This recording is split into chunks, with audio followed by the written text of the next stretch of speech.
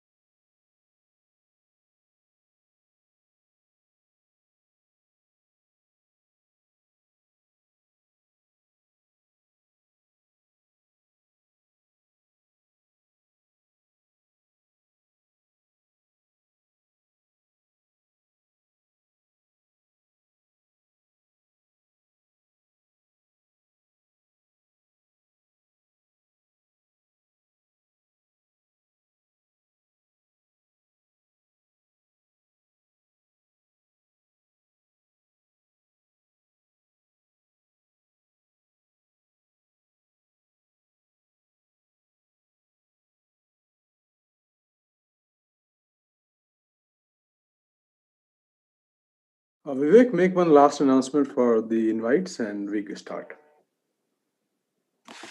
Sure, sir. Once again, a very good evening, everyone.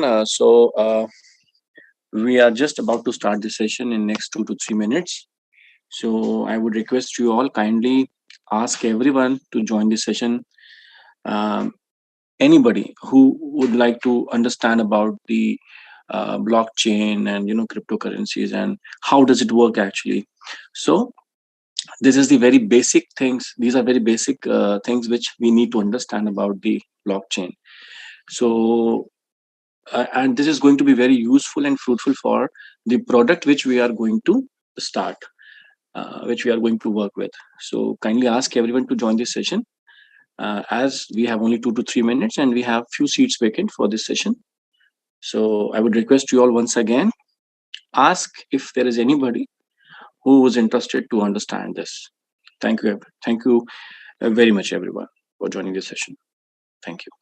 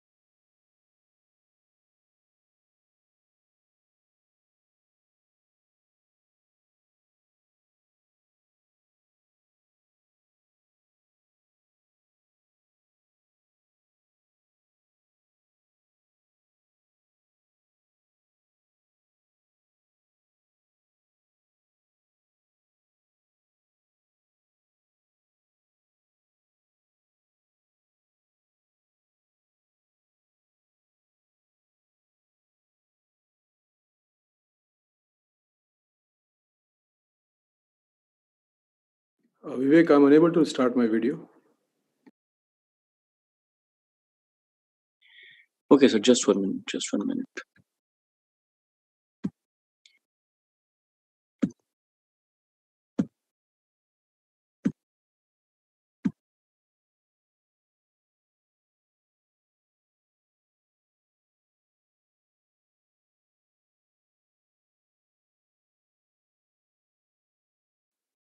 So now you try.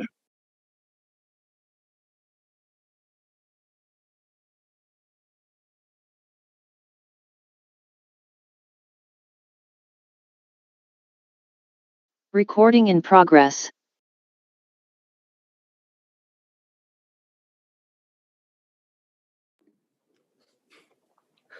Very good evening, everyone. Thank you for joining the session. How are you guys? Can I see your hands? It's just warming exercise before you start something. Can I see more hands, please?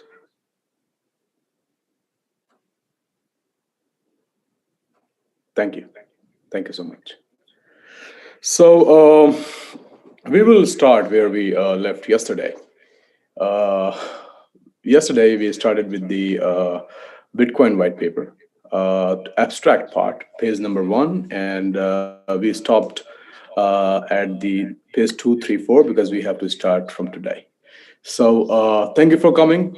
I believe today's session is going to be very good for all of us because we will understand a very basic thing of cryptography today, you can say, because this is very common thing and everyone talks about it. Not only Bitcoin, but other words that we call in our daily routine life, and how they become very big when they become part of cryptography. So we start with that. So I'm going to share my screen. Are you ready, guys? Yeah. Thank you.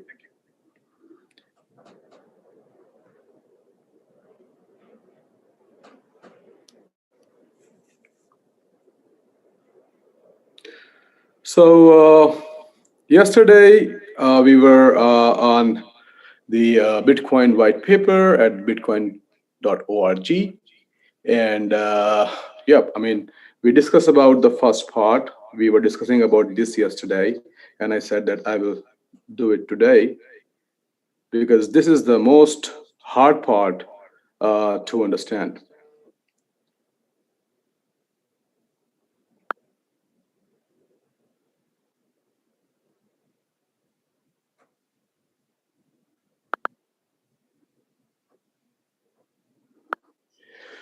So let's go. So we've been discussing about this peer-to-peer transaction without financial institute, and it is all about a peer-to-peer electronic cash transfer system, which started the Bitcoin.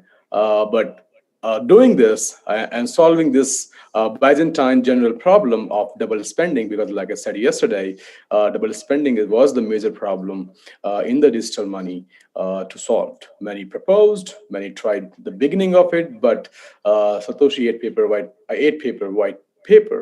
pages white paper, sorry, has proposed a solution which was very hard to understand back then, even today, and they claimed in their white paper that they have found a solution of double spending without involving any centralized body to it.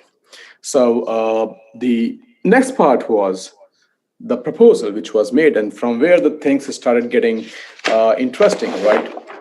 So the proposal was they propose a solution to the double spending problem using a peer-to-peer network. And the proposal was the network timestamps transaction by hashing them into an ongoing chain of hash-based proof of work. So many things in one line, and none of it makes sense to any normal guy. Timestamp transactions by hashing them on an ongoing chain or ledger uh, based on proof of work. So many parameters to understand this line actually, and this is what Bitcoin is. This line is everything.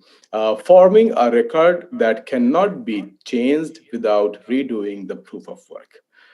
So they solved the problem, and then they also confirmed that no one can change, no one will be able to change it as well. So it will be immune system because they proposed the solution to the double spending, but they also talk about that it cannot be changed, it cannot be reversed, like we talk about in our daily routine life nowadays. That please send the crypto to the right wallet address. If it goes to the wrong wallet address, you cannot reverse the transaction. That kind of thing, right? And it sounds very stupid in early days of crypto that your transactions cannot be reversed, and many people have lost cryptos. Most of us have lost small cryptos by sending it to the wrong addresses, and millions of people are still doing it. So why such a big system, which was designed so brilliantly, did not want the reverse mechanism in the system? They did not wanted the reverse mechanism in the system just because they said forming a record that cannot be changed without without redoing the proof of work, which we will discuss tomorrow. That why they after building such revolutionary model, why did they not want their community to do a reverse thing, right? So it's like lost. If you lose your private keys, you lose, right? So I mean that is also a part of a wallet, though. But if we talk about a blockchain, it's like a wrong transaction can never get reverted. So yeah, I mean I will talk about that tomorrow. But today we have to understand this part. We propose a solution to a double spending problem using a peer-to-peer network. The network timestamps transaction by hashing them. So first we have to understand what is hashing and what is timestamping of transaction by hashing them, right? So to understand timestamp transactions, we first have to understand hash. We all talk about it, right? Kindly send me transaction hash. Kindly provide me, the hash keys to check on blockchain and all those things, right?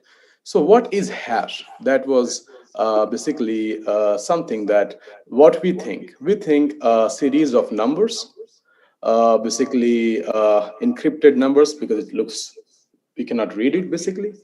And encrypted number is unique, and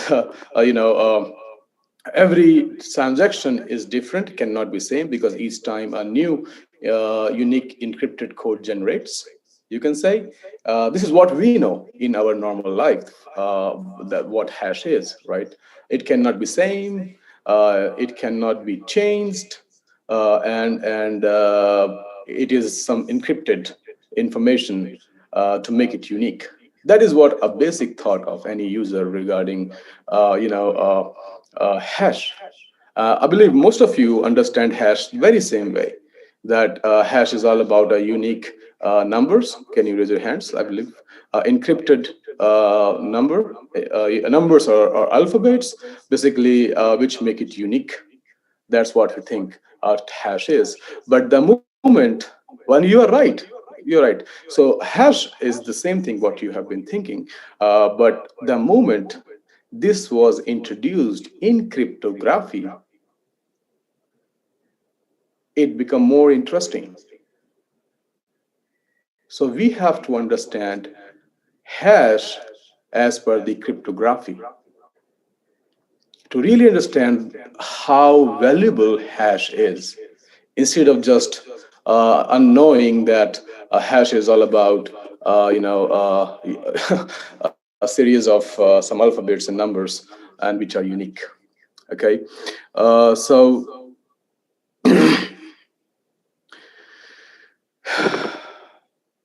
yeah, I made some notes as well in order to not miss anything. So yeah, I mean, so to understand what is hash function, right? It is just like I said to you in like we discussed already, but hash functions are used to generate fixed length bits of data.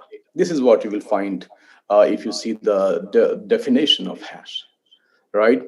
It's like shorthand thing that a function to generate the same fixed length bits of data. That's why your hash are basically at the same length. It doesn't matter you send one Satoshi or you send one whole Bitcoin. It does not depend upon the data because hash are basically are of same length.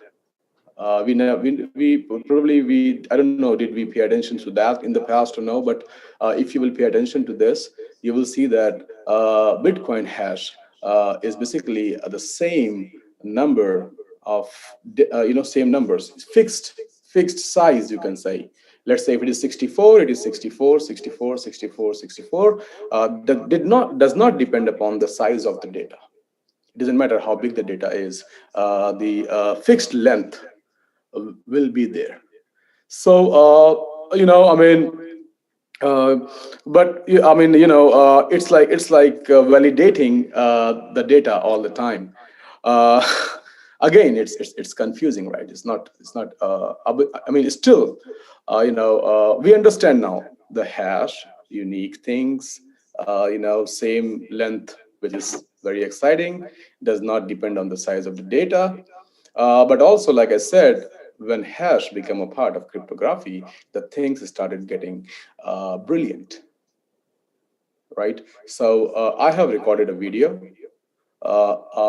by so that we can make it quick and I can explain more. So I have recorded video. So we're gonna do some real hashing right now to understand that why hash in a cryptography becomes so interesting. And like I said, it doesn't depend on the size of the data. It has the same length. So we're gonna do the live hashing. We're gonna create some live hash, and we will cover these parts in this video, which is like a 4-minute video, which I have recorded. So this is going to change and blow your mind. So ready? So how many of you are ready? Come on, man. You're going to see something you have never seen before. Just heard about it. You talk about it every day, right? Thank you so much. Thank you. Let me go to the video which was recorded.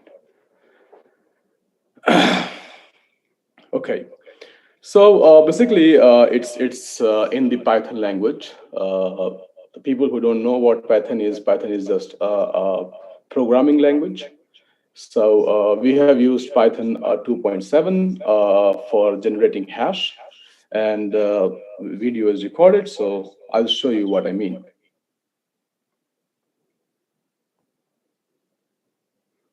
So basically, this is the output window of Python, which is right now coming on your screen. And at the back side, we have the input window where we are basically, going to generate some hash and understand how it has been one of the pillar. It proved to be one of the pillar for solving the double spending problem, which changed everything, right? So now it's like two screens at the same time, and to create some hash, we have to first, call some hash. So it's like import hcash library. So the symbol is, hash lib, and then it's like MD5 hash is like one of the hash libraries. So MD5 hash has been used, and now we are calling, and we are going to create a library in MD hash, right? So let's create the first hash. So to create the first hash, we are just updating our library. So MD hash.update, and let's say this is a sample hash because we are showing a sample of hash, right? And we're gonna print it to see the output of this data. The data here is, this is a simple hash. So print MD5 hash, and here you can see hash is generated. So what was the data? The data was, this is a sample hash. And you can see a series of numbers and alphabets generated. It starts with 2, ending with 2, right? Play it again. You copy paste it, you will get the same. This is the, let's say this is our first data, first hash, the first transaction, the genesis block, right? When the first transaction was sent from one wallet to the other wallet, the first data was input. So now let me put it back. Now here I'm talking about, the size of the data does not impact the length of hash, because all the hash are basically our same length hash. So now we have what the first data was, this is sample hash. So we copy paste the same library, and instead of a big sentence, this is a sample hash, it is written short, like small data, short data, okay? And we're gonna print it again. So when we printed it again, you can see now the two hash are generated. The first hash is the mother hash, which is, this is a sample hash. And when we created another hash on it, and we made it short, you can see the new hash is created, and starting with 64FO, ending in 3C, right? The length of the hash is still same if even the data is small. So whether you say this is a sample hash, or whether you say small short hash, less data, basically, you get the same length of the hash, right? Now let's redo it again, and let's try to put more data, more bigger data, and let's see the hash. Anyways, you also can see that when we updated the library, the previous transaction hash is still showing. We updated the library, we said short, but the original one, 24EI, is still there, same original hash is there, and the new hash is generated depending upon the new data, which is short, okay? Moving ahead.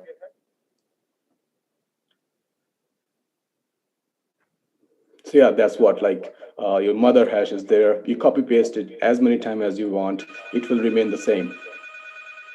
Now we're gonna again copy the same code, same library. We're gonna paste the same. You can see the same results out there, but this time we're gonna make the data more bigger. So let's say a very long bits of data still have equal length. Wow. So this is what I was basically trying to show you guys here is, hang on, let me go back a little bit here.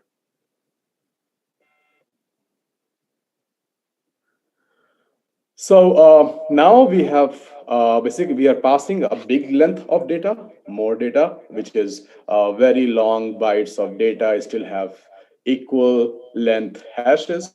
This is what is written there, right? But you see, this is sample hash. Data is some data, short is very small data, and now we are passing a big data, and we will see the results. And results are the same. Even the big data, when you pass a big data, the size of hash is again the same. So the first thing about hash is that the hash is equal length bits of data. So data can be big or small, but the length of hash is same. We tried it with 3 transaction hashes, not transaction, sorry, the 3 by creating 3 hashes here. Also, if you look here, again, there are now 3 hashes because we updated the same library for the 3rd time. Okay, the first hash is the first is 24E, which is the first one, which was, this is a sample hash. Then we updated it to short. You can see that again the same hash is there, and a new hash is there, which is 727, which is for the 3rd hash we have created for a bigger piece of data. So whenever a new hash is we are creating with the same library, it carries the old hashes as well. And this is where the things start getting brilliant, because this will make you understand the real proof of work. Proof of work is not mining. People say, oh, it's a proof of work, it's mining, physical mining, or some kind of mining, right? So from here, you will understand the proof of work, which I will talk about tomorrow. But today, I will take you to a very exciting point for tomorrow. So with cryptography, hashing became more interesting, and having the same library, you update as many times you want, you get a new you can say hash, but all the old hashes will remain there, and they will be the same, they will not get changed. So this is why they say an identical input gives the identical output, which is hash. So in this library, the first identical input was, this is a sample hash. This is why all the time when we are printing it again and again, you are getting the same identical output, which is 24E1, and the 64 was the second identical hash, and then the new one, third. But now we need to see what happens if we change in our data. So in order, and in any of our data, if we change something, let's see what changes, okay? So we're gonna copy paste it again to generate one more transaction hash. The new transaction hash, without changing nothing, it's like one more copy paste, one more run. Now you have again three. Like you again see, we're gonna run it again, and now you will see, one more hash is generated, starting with 3, 6, 2, 3, 4, right? So basically, sorry, let me go back a little bit. Every time copy pasting it is generating the same identical output. So all the previous hashes are same from the beginning. They are not changing. So now we are going to change, and we are going to see what's going to happen. So we are going to make a change in a previous data. This is where things became brilliant, right? This is why this is a proof of work, a trusted blockchain, because each new transaction has the information of previous transaction. So in order to change a new transaction, basically, let me go back to explain you. In order to change a new transaction hash, you have to change the previous. And in order to change the previous, you have to change the previous one, and the previous one, and the previous one. So basically, you have to change all the hashes in order to change one hash. And that we're gonna see now. So here you can see we are making a change in short, second hash that is generated. So instead of short, now we're gonna doing some changes in the database. How many of you are following me so far here? I'm just trying to make it as easy as possible. How many of you are like really liking it? It's like, oh yeah, it's interesting, right? Can I see your hands? Thank you. Okay, so now we are going to change data in the second hash and see. Let's see what happens. So instead of short, is blah blah blah blah. Pause. Like this one's Pause. Right. So we made change in the second hash. Instead of short, we written something else. Blah blah blah blah blah, and we printed it. And now you can see the new batch of the previous hashes and new hashes has totally changed. Instead of just the first hash, which is this is sample hash, because we did not change that, it's not changed. Rest all three hashes are totally non-identical to the previous hashes. So the second was 64FO previously, is now 0A something. Third was 727, is now 2D2, and fourth was DDD, is 362, is now DDD. So completely changed everything. Not a change in the second one, but it changed every other output from that particular hash number. Let's play the video again. Apart from the first one, all rest three have changed.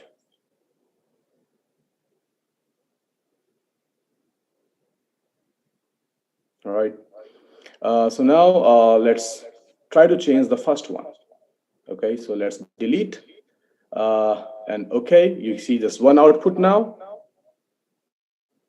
because we have deleted the other things from the library. You will understand in proof of work what is this library and why this system has become amazing and everything started from then and there, right? So let's delete everything and let's print. This is sample hash, and you get the same data without the new data, just one data. Okay, moving ahead now, we will make a change in this, and we will see what will happen. This is a sample hash. Instead of HASH, we're gonna do it HAZH or ZH, right? So play. Instead of, yeah, this is our mother hash. So instead of S, slight change, let's type Z, let's print.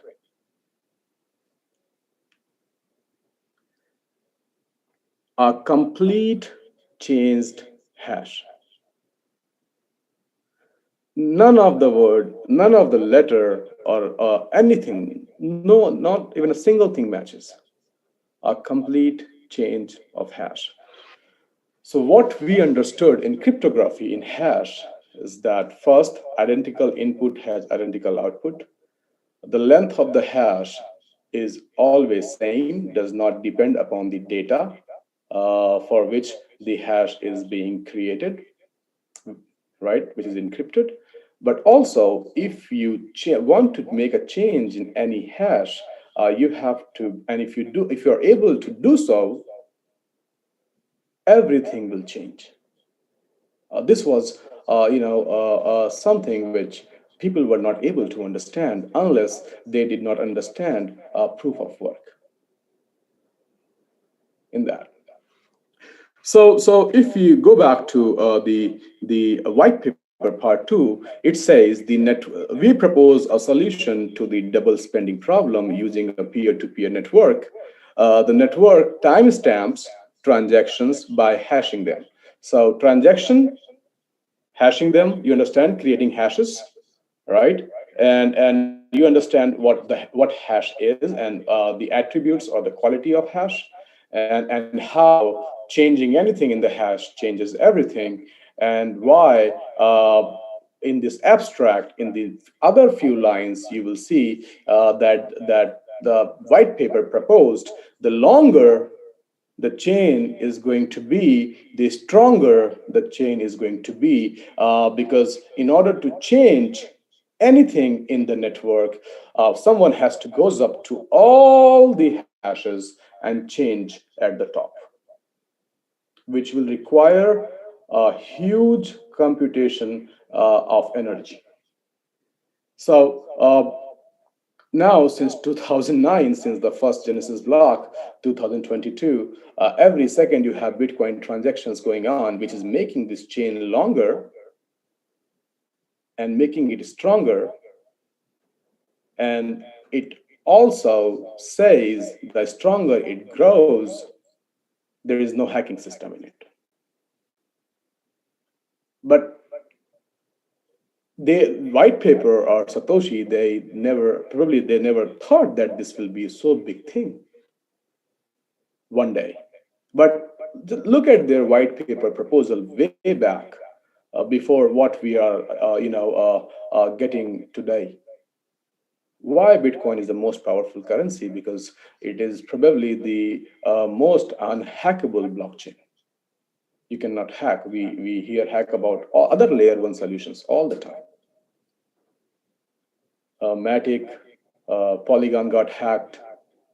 Other layer one solutions has got hacked. Because in order to give some good things to the community, they compromise on their security levels.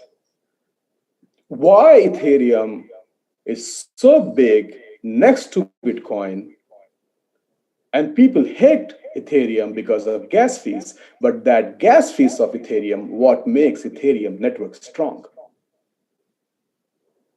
In order to attack Ethereum network, in order to get or change any data in Ethereum network, it will require a humongous amount of Ethereum as a gas fees to do so. It's like a DDoS attack. You're sending a request 10,000 times per minute or per second, probably depends upon what kind of attack you are doing. Matic solved the problem of Ethereum, said we are a good layer 2 solution built on layer 1 solution. The transactions are faster, very cheap, but because of transactions are faster and cheap, it brought the vulnerability to Matic chain. That's where Ethereum gas fee is important to secure Ethereum network.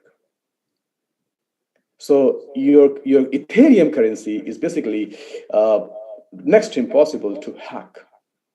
This is why Ethereum is on top 2 position. And Ethereum came later, but by the time Ethereum came to existence, Bitcoin has already done a couple of years and already created the strongest network in crypto space because of the strongest chain of transactions. Following me?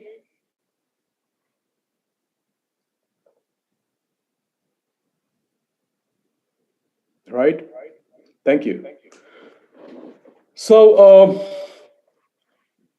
why I am talking about all these things is to give you information also. And I'm also telling you this is your own product training as well.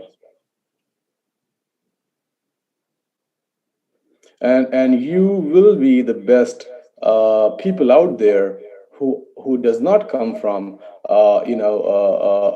cryptography background, but understood the white paper in the best way.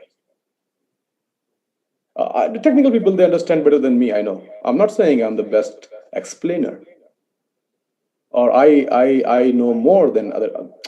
Big OZs are there, right? I'm nothing in front of them.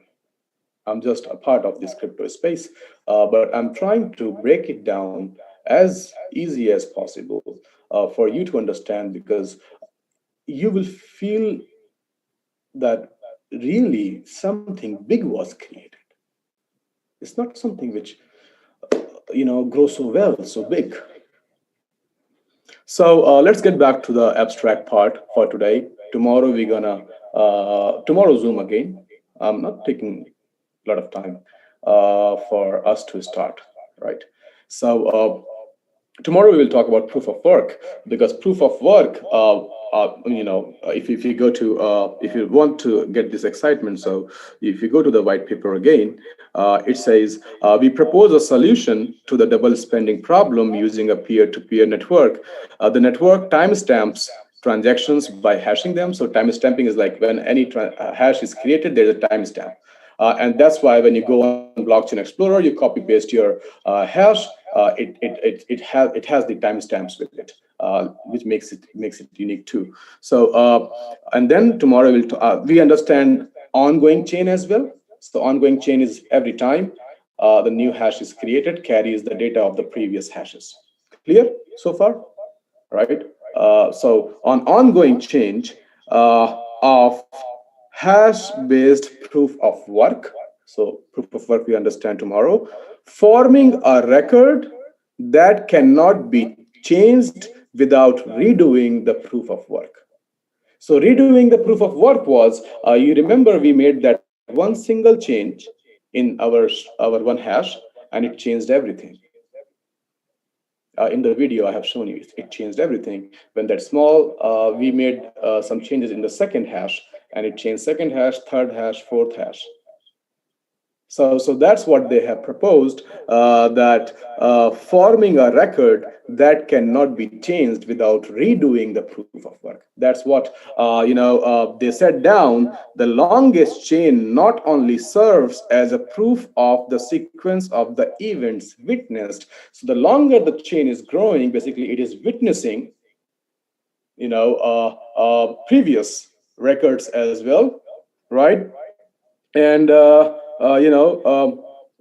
proof of sequence. So every hash is a proof, and the larger the chain is, the more stronger the chain is, because in order to change anything, to redo anything, you need to change everything, and that will take immense computation and power to do so.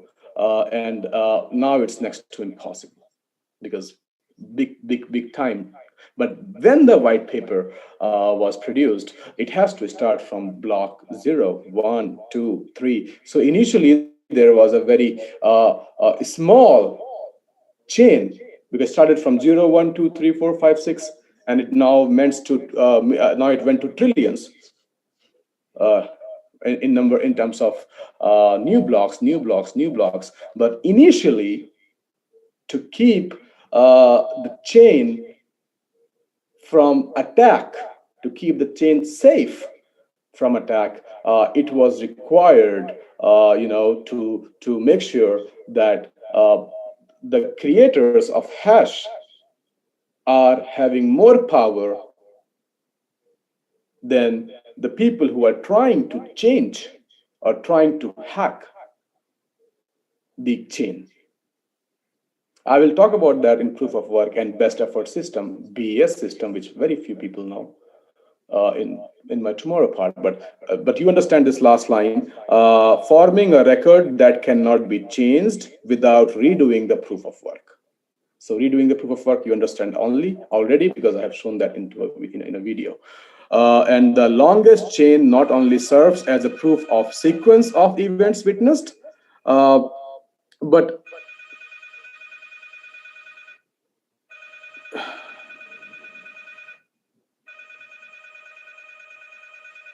so if you see this part, which we're going to cover tomorrow, along with the proof of work, the longest chain not only serves as the proof of the sequence of the events witnessed, but proof that it came from the largest pool of CPU power, which we will understand tomorrow. No more brainer today.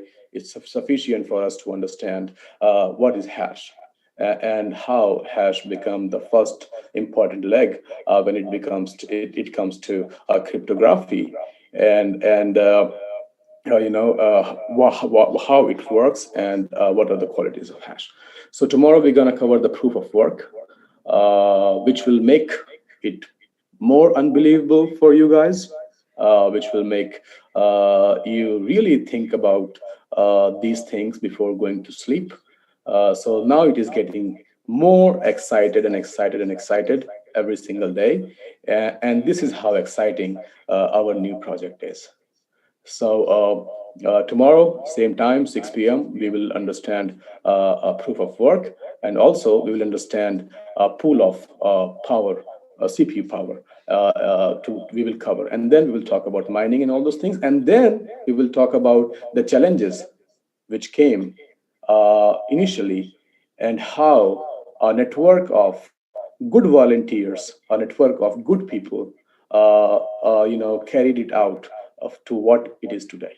So next 6 more Zooms are going to be not only knowledge gaining kind of thing, but also it's going to be very interesting, because I have made a big vault of so many videos, which I will share with you before we go on our journey too. So 6 more Zooms will make us, in a position that we understand this industry from the basics. So thank you so much. Have a wonderful day ahead. I hope you guys are now going to do your regular things by just recalling what you have learned today.